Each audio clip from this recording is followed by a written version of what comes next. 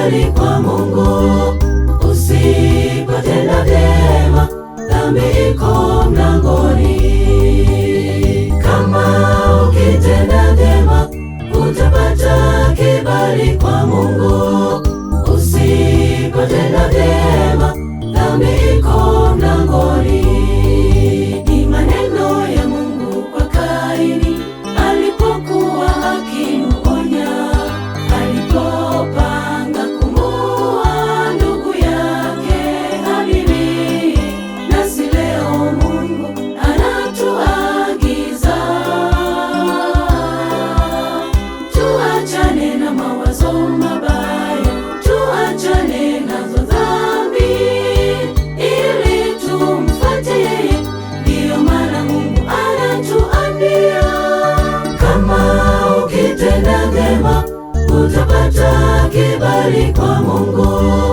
Usipotenda vyema, dhambi iko mlangoni.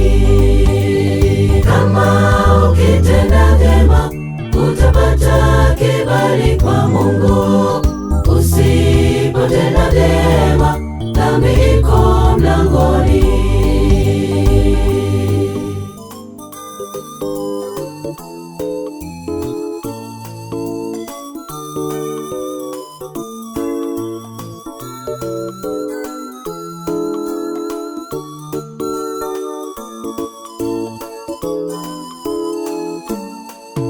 Aonywaye mara nyingi atavunjika, akishupaza shingo asikubali kurejea.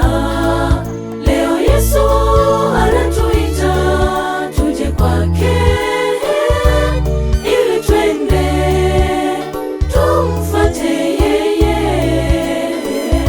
Atatukubali kama tulivyo, tumpeleke mizigo ya dhambi, atatupumzisha.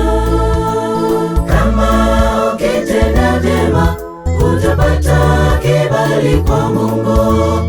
Usipotenda vyema, dhambi iko mlangoni. Kama ukitenda vyema, utapata kibali kwa Mungu.